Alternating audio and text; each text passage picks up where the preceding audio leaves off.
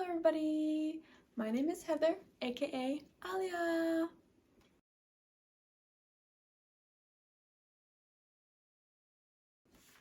Welcome to episode 5 of Mythological Monday. Today is African mythology. So I'm going to be talking about African mythology like over the whole continent of Africa. So it's going to be very much an overview of like a combination of different mythologies from different parts of Africa, and so I will try and specify like which part of Africa I'm talking about at different parts of the video to give you a little bit more information. But yeah, so let us begin. So to start with the creation, since obviously Africa is a big continent, there are a lot of different beliefs about the creation, and when I was looking for these beliefs, a lot of them have been heavily influenced by the spread of like Christianity and Christian beliefs in Africa through like colonization and stuff like that. And so it was hard to find like original like ancient African creation beliefs, because like there were some that were like it was just Adam and Eve, but they just had different names. Like it was just that, you know, God created a man and a woman and told them not to eat from one specific tree. And I'm like, that's just what happened in the Garden of Eden in Christianity. They just used different names. So I tried to find like a variety of different creation stories. So I have two for you today. And the first one is from the Nupe tribe of Nigeria. And I'm gonna refer to them as tribes because that's what all the articles called them. If they're not considered tribes, I'm sorry. That's what all the articles called them, so that's what I'm gonna call them. From Nigeria, and they said that God created the tortoise, man, and stones. And he gave the tortoise and the man life, but he didn't give the stones life. And then so the tortoise and man, they would age, and when they got old, instead of dying, they would simply become young again and be immortal. So it would just repeat that cycle of aging and then becoming young again and never dying. But they couldn't have children. So one day the tortoise went to God and was like, hey, I want to have kids. And God was like, no, I told you you're not allowed to have kids. But the tortoise kept asking God to have children. So one day God was like, if you have kids, after several children, you're going to die. And the tortoise chose to have children and then die. And so man saw that the tortoise was having children, and so he went to God and was like, hey, I want to have kids too. And so God told him the same thing, you know, if you have several children, you're gonna die. And so the man chose to have children and die. And so that is what created the cycle of death and childbirth. Obviously not in that order, but childbirth and death. And so the stones were the only ones who did not ask to have children or want to have children, so the stones are the only ones who don't die. And then another one, and I found this one really interesting, was from the Fulani tribe of Mali. And the story is that at the beginning there was a huge drop of milk, and then God, or as they refer to him, Dundari, he came and created stones. And then stone created iron, iron created fire, fire created water, water created air, and then Dundari descended a second time. He took the 5 elements and he shaped them into man. But man was proud. So Dundari created blindness, and blindness defeated man, but then blindness became too proud. So then Dundari created sleep, and sleep defeated blindness, but then sleep became too proud.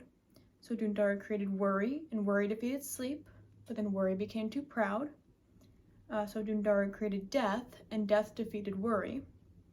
but then death became too proud. So Dundari descended for the third time, and he came as Gweno, the Eternal One, and Gweno defeated death.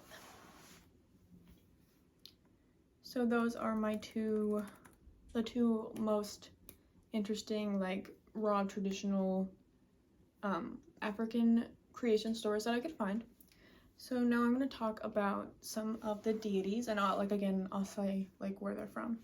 So a lot of tribes and regions of Africa have the concept of one supreme creator god, and sometimes those tribes will have like a god that creates other gods, and then they'll have more gods as well, but have like one supreme god as well as other lesser gods, and sometimes they'll just have the one supreme god. So for example, there's Buku, who exists across various tribes. They don't just exist in one tribe. And Buku is a sky god, sometimes considered a goddess. So some people worship them as a god, some people worship them as a goddess. And they created everything, including other gods. So with Buku comes multiple gods, but they are worshipped as like the supreme creator god. And then there's Leza of Central Africa, and he is the supreme god of the sky, and he sends the winds and the rain. Leza sits on the back of all people, and no one can break free of him. And they also believe in Central Africa that Leza is getting old and a little bit hard of hearing, so it's harder for him to hear people's prayers, is what they believe. And then Mulungu of East Africa is the supreme god of East Africa.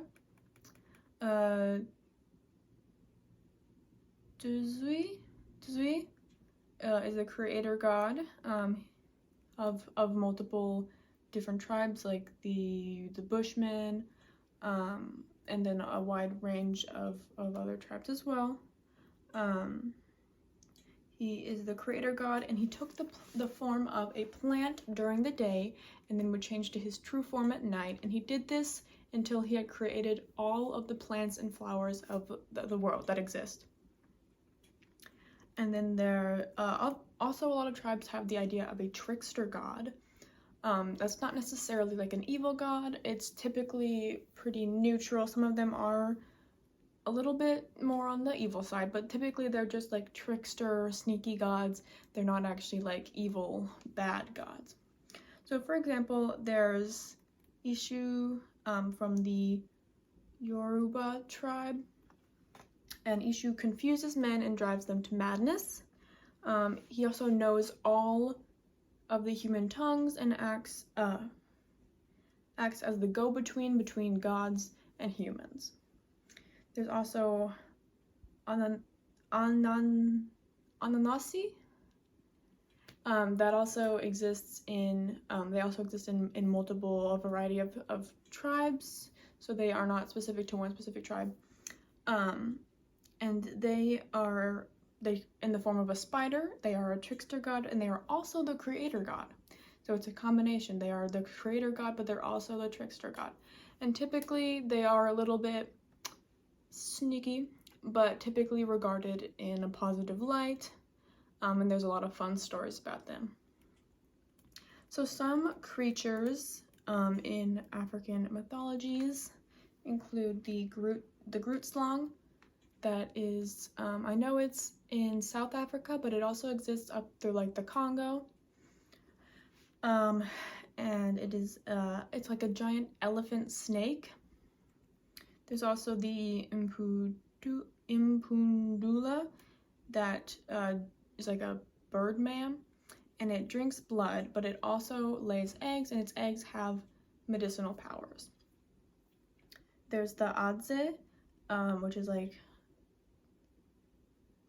I think it's a woman. I know it's like a person that's typically depicted as a person with long hair. And it can shapeshift into bugs. It drinks blood, especially children's blood, and it spreads diseases. The Popoboa is like this giant Batman, typically depicted as like a cyclops, like it has only one eye. And what it does is it rapes people at night. It's not dependent on gender, so it doesn't just rape women, it also rapes, you know, people regardless of gender. It's known to rape men as well. And it rapes them at night in its bat form. And it also causes like nightmares, waking dreams, hallucinations, and such. And then there's also Tikoloche, and it's got a giant hole in its head, and it sneaks up on people and scares them. It spreads diseases, and it is occasionally known to kill people. Alrighty, that's all I have for the overview of just overall African mythology. I hope that this was somewhat educational for you all today. Yeah, I will see you all next week. Like I've been saying in all of my videos, African mythology is another one of the major mythologies that is represented in my upcoming book, Self-Calf, out June 1st. I'm so excited. I'm so excited. I've been having so many deadlines for this book. They're like, I'm so tired. But like, in the best way. In the best way. Oh my god. Anyway, tune in next Monday for another episode of Mythological Monday. I also post typically on Fridays if my internet works. For Aaliyah Vibes, which is like my little fun variety show.